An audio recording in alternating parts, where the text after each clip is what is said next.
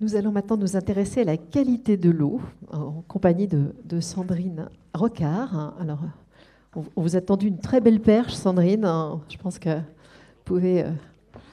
J'espère que vous l'avez savourée. Donc, Sandrine Rocard est directrice générale de l'AESN, l'Agence de l'eau Seine-Normandie. À vous, je crois qu'il y a quelques slides, mais elles sont commandées de là-haut. Il faut juste leur dire quand vous souhaitez les faire passer. Ça va démarrer. Très bien. Bonjour à tous. Alors, je suis vraiment ravie de partager ce 20e anniversaire de la Seine en partage. Effectivement, je suis directrice générale de l'Agence de l'eau Seine-Normandie depuis le 1er juin. Donc, c'est tout nouveau et c'est la première occasion de partager ce colloque. Mais je comprends que c'est un rendez-vous annuel et je m'y rendrai avec plaisir. Alors, vous posiez tout à l'heure la question, qu'est-ce que c'est que la pollution? Donc, peut-être en guise d'introduction, il faut qu'on se pose la question de qu'est-ce que c'est que la qualité de l'eau? Voilà. Donc, je voudrais vous donner déjà quelques repères techniques qu'il faut avoir en tête pour dresser un tableau pertinent de la qualité de l'eau de la Seine. Sans trop rentrer dans les détails. Donc il y a des paramètres historiques qu'on suit de qualité de la Seine qui se rapportent à la qualité qu'on dit physico-chimique. Donc là, il faut regarder des éléments nutritifs, l'azote, le phosphore, les matières organiques qui font que l'eau perd son oxygène. Enfin voilà, ça détermine l'oxygénation des eaux. Il y a des micropolluants qu'on retrouve dans les eaux, des substances qui ont un impact sur la santé, sur l'environnement, qui proviennent des activités humaines et qui sont parfois très, très persistantes dans les eaux. Et puis, les métaux, c'est une autre famille de polluants qu'on peut rattacher aussi aux micropolluants. Donc, il y a tout ce qui tourne autour de paramètres physico-chimiques. Il y a ensuite la qualité biologique. Il ne faut pas l'oublier. Les eaux abritent un certain nombre d'animaux, de poissons, d'invertébrés, de végétaux aussi, des plantes aquatiques. Donc, ça fait partie de la qualité qu'on regarde des eaux. Et puis, il y a la qualité, alors ce qu'on appelle hydromorphologique. Tout simplement, c'est l'état des berges, le fait que la rivière soit continue, le fait qu'on ait un tracé de rivière avec des méandres naturels. Voilà. Et donc ces trois dimensions, c'est ces trois dimensions qu'on surveille, qu'on essaye d'évaluer. Et on a tout un historique riche de mesures, en particulier sur les paramètres physico-chimiques, qui remontent au milieu du XXe siècle et qui s'est enrichi au fil des années. Donc notre objectif commun, je pense, c'est vraiment d'atteindre ce qu'on appelle le bon état écologique des eaux, et il rassemble bien toutes ces dimensions de la qualité des eaux dont je parlais. Et ça traduit le fait que l'écosystème aquatique dans son ensemble fonctionne correctement. Alors, évidemment, en soi, c'est déjà une chose importante, et puis, bien sûr, pour les usages de l'eau, c'est un objectif central, les usages comme l'alimentation en eau potable, bien sûr, ce qui représente près de 80% des prélèvements dans nos cours d'eau, dans le bassin de la Seine. Usage aussi pour tous les usages économiques, les usages de loisirs, la pêche, la baignade, etc. Voilà, donc juste en guise d'introduction, peut-être le cadre dans lequel on travaille. Alors, pour répondre à la question que vous n'avez pas posée, mais y a-t-il eu des progrès accomplis sur la qualité de l'eau? Oui, d'énormes progrès, et la secrétaire d'État le disait en introduction tout à l'heure, et des progrès surtout, justement, sur la qualité, la première qualité dont je parlais, la qualité physico-chimique. Donc ça, c'est très net depuis 20 ans, et je dirais même depuis plus d'années, depuis les années 80. Il y a des progrès très nets qui sont liés essentiellement au progrès des traitements au niveau des stations d'épuration, évidemment, de toute l'agglomération parisienne et puis aussi l'agglomération rouennaise. Donc, je peux vous donner les paramètres sur lesquels on voit vraiment des progrès très, très significatifs. C'est justement l'oxygénation des eaux de la Seine, là qui s'est vraiment largement améliorée grâce aux traitements mis en place sur les stations d'épuration. L'oxygénation aussi des eaux de l'estuaire. On raisonne bien sur tout le long de la Seine, et l'oxygénation des eaux de l'estuaire est aujourd'hui satisfaisante pour la vie aquatique, alors que pas si longtemps que ça, dans les années 90, il y avait vraiment un déficit chronique en oxygène qui apparaissait tous les étés et les automnes entre Rouen et Honfleur. Enfin, la Seine était totalement anoxique à ce niveau-là. Donc gros progrès sur l'oxygénation, gros progrès aussi sur les flux de phosphore dans la Seine. Je pense que vous devez avoir, oui, le graphique des flux de phosphore total qui ont diminué de 90%. C'est énorme, entre 85 et 2010 sur la Seine. Et puis pour les flux d'azote, alors qu'on mesure sous forme d'ammonium, pareil, une diminution énorme de 80% depuis 85. Donc en examinant ces graphes, vous voyez qu'il y a une chute spectaculaire de ces pollutions entre 85 et 2001. Il y a eu encore des progrès depuis 20 ans, parce que c'est notre échelle de temps aujourd'hui, et puis une forme de stabilisation actuelle autour de ces polluants. Alors pour traiter maintenant des micropolluants que j'évoquais tout à l'heure, ça peut être des pesticides, ça peut être des PCB, les fameux PCB, là, les polychlorobiphénides, les métaux également. Là, on constate aussi une forte diminution de ces polluants dans la Seine depuis 20 ans. Et c'est plutôt à relier à la réglementation qui a été appliquée, mais aussi à l'évolution des rejets des sites industriels. Donc vraiment des gros efforts du côté des activités industrielles, avec des politiques de diminution drastique des rejets, voire des politiques de zéro rejet sur certains sites industriels. Bon, et puis malheureusement, il y a une forme aussi de désindustrialisation qui a eu cet effet-là. Donc, pour donner un exemple de paramètres, le cadmium, un métal qu'on retrouvait dans la Seine abondamment, eh bien, on a observé une division par 10 des concentrations de cadmium dans la Seine au niveau de Rouen. Donc Rouen, évidemment, on est quand même assez à l'aval. Voilà, donc c'est vraiment des progrès considérables.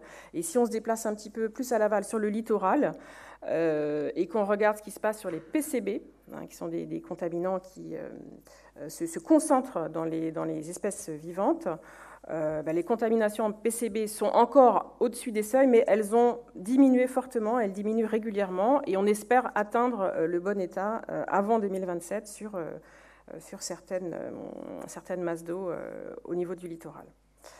Voilà. Alors ça, ce sont vraiment les données un petit peu brutes.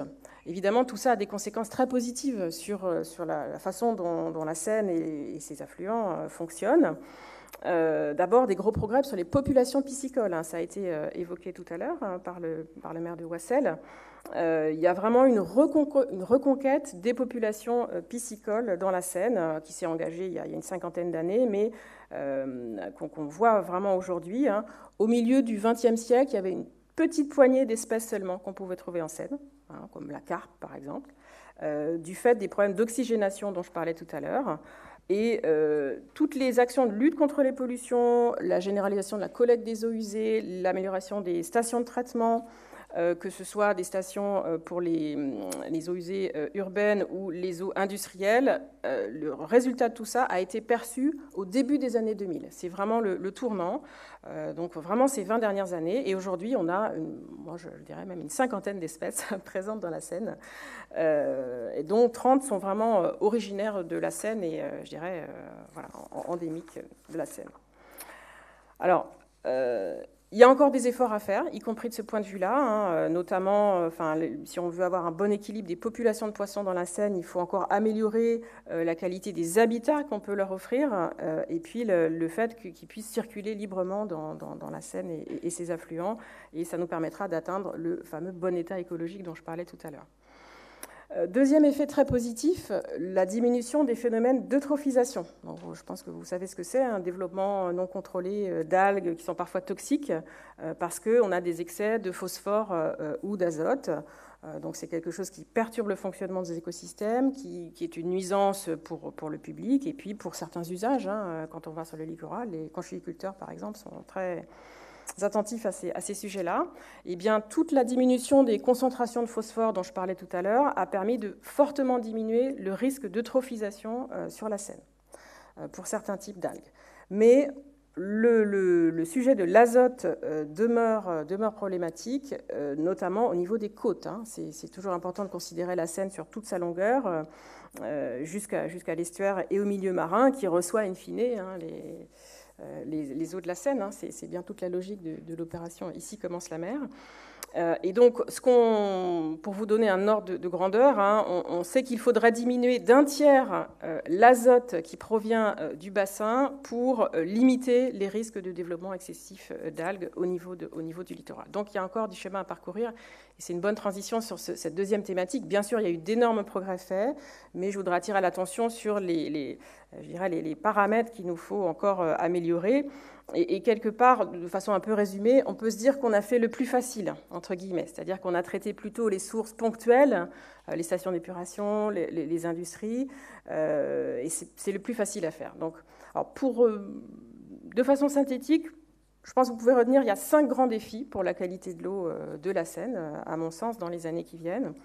Le premier défi, c'est d'arriver à maîtriser les pollutions diffuses, non pas ponctuelles, mais diffuses, plutôt d'origine agricole, que sont les nitrates et les pesticides. Voilà, ça c'est vraiment deux paramètres problématiques, ce qui est normal, puisque 60% du bassin de la Seine est constitué de surface agricole. Donc c'est normal que ce soit un enjeu pour notre bassin. Et ce qu'on constate, c'est que pour les nitrates, les flux qui transitent en Seine n'évoluent pas, que ce soit à la hausse ou à la baisse. Donc, ils n'évoluent pas depuis des décennies, et ça, c'est vraiment un sujet préoccupant qui vient alimenter les phénomènes d'eutrophisation, qui fait que certains captages d'eau doivent être fermés, que ce soit en eau souterraine ou en eau superficielle. Pour vous donner un chiffre, 80 captages d'eau ont dû être fermés en 6 ans. Encore une fois, que ce soit en eau souterraine ou en eau superficielle, c'est beaucoup. Et aujourd'hui, on trouve au moins un pesticide sur 99% des stations de surveillance des rivières. Donc c'est un gros sujet. On retrouve beaucoup de molécules, à peu près 400 molécules sur les 700 qu'on recherche dans le cadre de la surveillance qui est faite.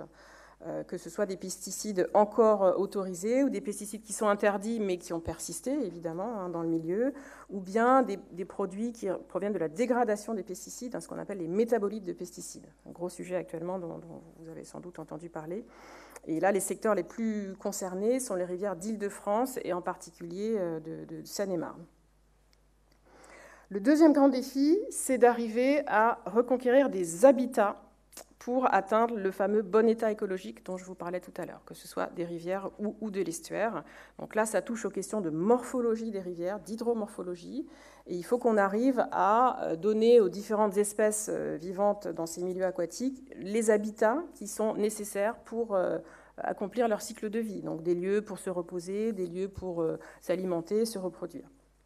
Et le constat qui est fait sur le bassin, c'est qu'il y a eu un certain nombre d'aménagements des rivières qui étaient adaptés aux activités humaines. On a canalisé, on a aménagé des berges, on a mis des obstacles dans les cours d'eau, on a fait disparaître certains méandres, on a modifié aussi les zones littorales, c'est vrai jusque dans les zones littorales, et tout ça a entraîné une raréfaction des zones qui permettent cette vie, notamment piscicole, et une certaine banalisation des milieux qui viennent fragmenter ces zones propices à la vie piscicole ou à la vie des invertébrés, des plantes aquatiques.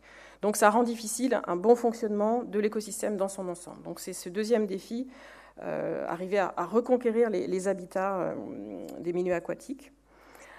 Le troisième défi, c'est s'attaquer à ce que j'appelle le nouveau type de pollution. Alors, vous en avez beaucoup parlé en évoquant les déchets. C'est quand même une problématique plutôt récente par rapport à tout ce qu'on suivait auparavant comme paramètres en termes de qualité de l'eau, de la Seine, et en particulier les déchets plastiques. Vous êtes plusieurs à en avoir parlé.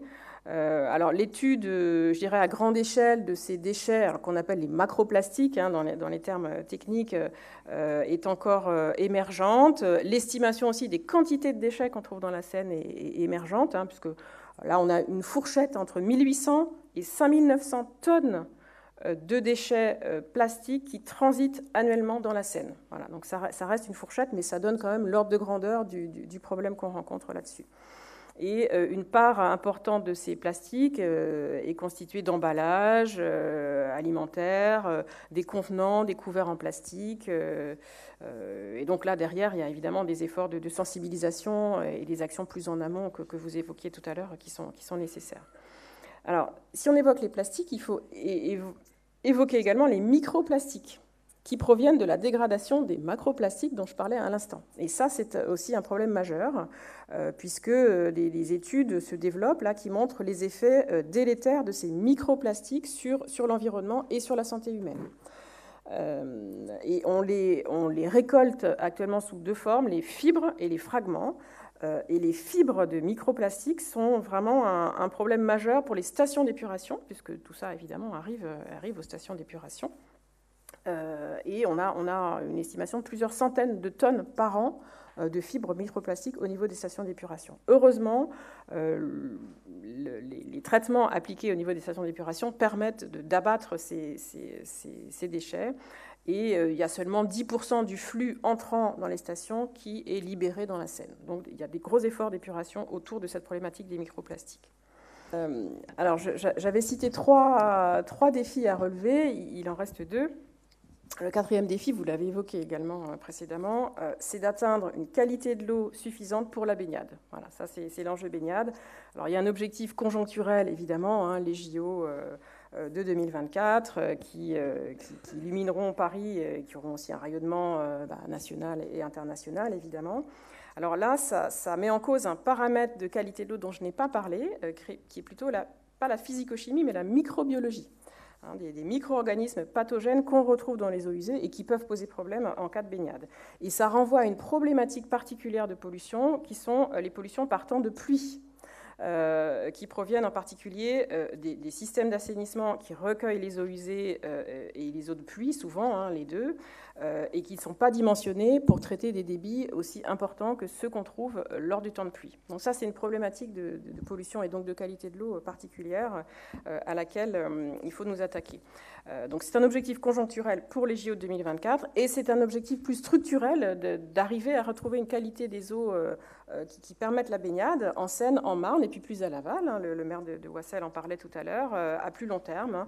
Ça se fait dans des capitales européennes et ce seront des lieux de rafraîchissement dans la perspective du changement climatique, effectivement, hein, de la multiplication de périodes de chaleur plus intenses et plus longues.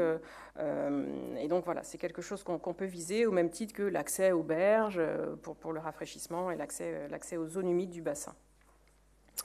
Et j'en viens à mon 5e défi, alors qui est de nature un peu différente des précédents, parce que ce n'est pas un type de pollution en particulier ou un type de qualité de l'eau qu'on vise, mais c'est de bien prendre en compte l'effet aggravant du changement climatique sur tout ce que j'ai dit.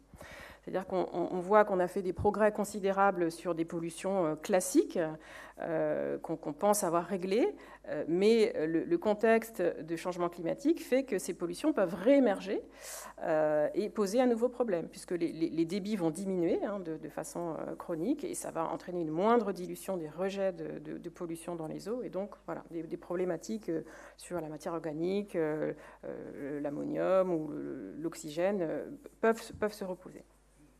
Et puis il y a d'autres effets du changement climatique qui peuvent être cités et qui concernent directement la Seine. Alors je n'ai pas le temps de développer aujourd'hui, mais il y aura une intensification des pluies, donc avec une aggravation potentielle des phénomènes d'inondation, et puis cette problématique de temps de pluie dont je parlais tout à l'heure, qui va s'intensifier.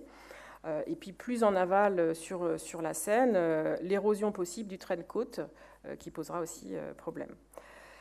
Alors, la réponse à ça, enfin, en tout cas pour s'adapter au changement climatique, hein, tous les acteurs du bassin rassemblés au sein du comité de bassin ont adopté une stratégie d'adaptation au changement climatique en décembre 2016 à l'unanimité. Et il y a de nombreux exemples d'actions qu'on peut mener et que l'Agence de l'eau essaie de valoriser chaque mois. On met en avant sur notre site web et sur des réseaux sociaux des réalisations en faveur de l'adaptation au changement climatique. Voilà, alors c'est peut-être une transition aussi pour évoquer les actions possibles. Voilà, au-delà du panorama sur la qualité de l'eau, des progrès qui restent à faire. Moi, je rejoins tout à fait ce qui a été dit tout à l'heure. Hein, les acteurs du bassin de la Seine et les collectivités en premier lieu ont un certain nombre d'outils pour s'attaquer à ces sujets, pour affronter ces défis. Hein. De nombreux exemples ont été donnés dans la table ronde précédente notamment. Et puisque je suis la directrice générale de l'agence, je voudrais citer aussi que le fait que l'agence joue son rôle dans ces actions des acteurs du bassin de la Seine. Alors d'abord, les résultats de la surveillance que je vous ai présenté là, quelque chose qui est piloté par l'agence. On a tout un programme de surveillance des milieux aquatiques, en particulier sur la Seine, qu'on met en œuvre. Hein. Ça nous permet de récolter plus de 6 millions de résultats d'analyse par an. Sur plus de 1000 points d'investigation, de surveillance sur tout le territoire du bassin, donc un petit peu moins sur la Seine uniquement. Et toutes ces données nous permettent d'évaluer de façon précise l'état des milieux et du coup d'orienter les actions d'amélioration qu'on doit développer. Donc ça, vous trouvez des éléments précis là-dessus, hein, dans un état des lieux du bassin, vraiment très complet, qui est fait tous les 6 ans et qui est en ligne sur notre site internet. Et le dernier date de 2019. Donc vous y trouverez des informations, y compris territorialisées, qui sont intéressantes pour les actions que vous menez. Et puis on a des grand document structurant, hein, le schéma directeur d'aménagement et de gestion des eaux du bassin qui guide notre action, avec un programme de mesures qui est attaché et qui oriente la politique de l'eau et qui identifie les actions à mettre en œuvre pour atteindre le bon état des eaux. Et là encore, avec des actions territorialisées.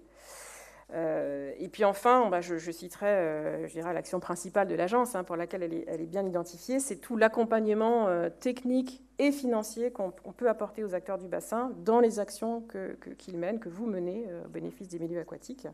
Et encore une fois, hein, les collectivités sont vraiment nos premiers partenaires. Et donc on agit dans ce cadre, dans le cadre de notre 11e programme d'intervention sur 2019-2024, qui est doté de 3,9 milliards d'euros. Donc on a une capacité d'accompagner, y compris financièrement, les acteurs pour mettre en œuvre toutes les orientations nécessaires.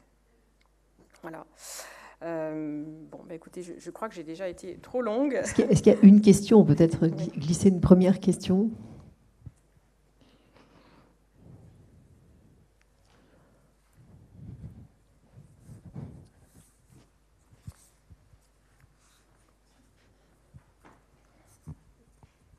Ok.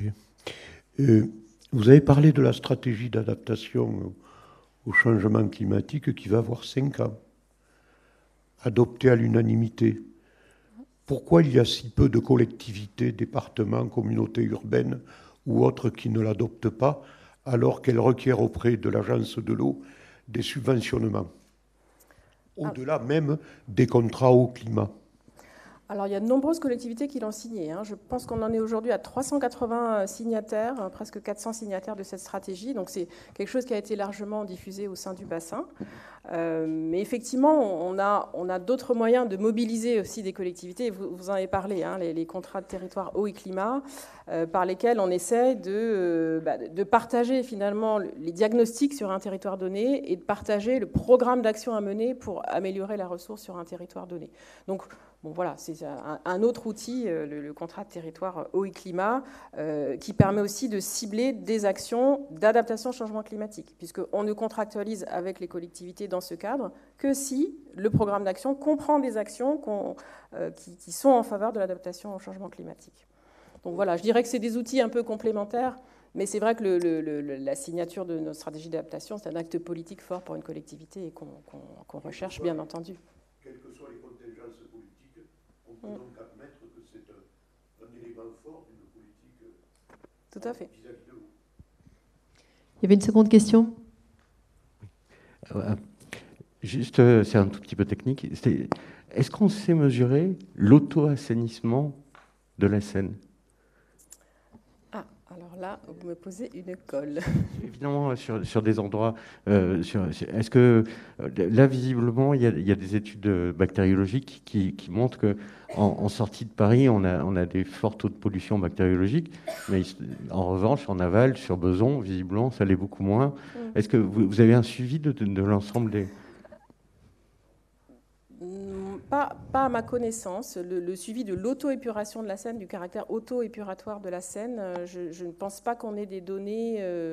Alors, je pense que dans le cadre du Pyrénées-Seine, typiquement, c'est un programme de recherche, hein, sur l'ensemble de la Seine. C'est le type d'études qu'on doit pouvoir mener. Mais voilà, ça ne fait pas partie de la surveillance classique qu'on mène, hein, sur les paramètres que j'ai évoqués tout à l'heure. Les paramètres physico-chimiques qu'on suit depuis très longtemps, paramètres biologiques, et puis les habitats. Alors on posera la question dans quelques instants pour le Pyrénées-Seine. On en profitera à la table ronde. Merci beaucoup, Sandrine Rocard. Je vous en prie.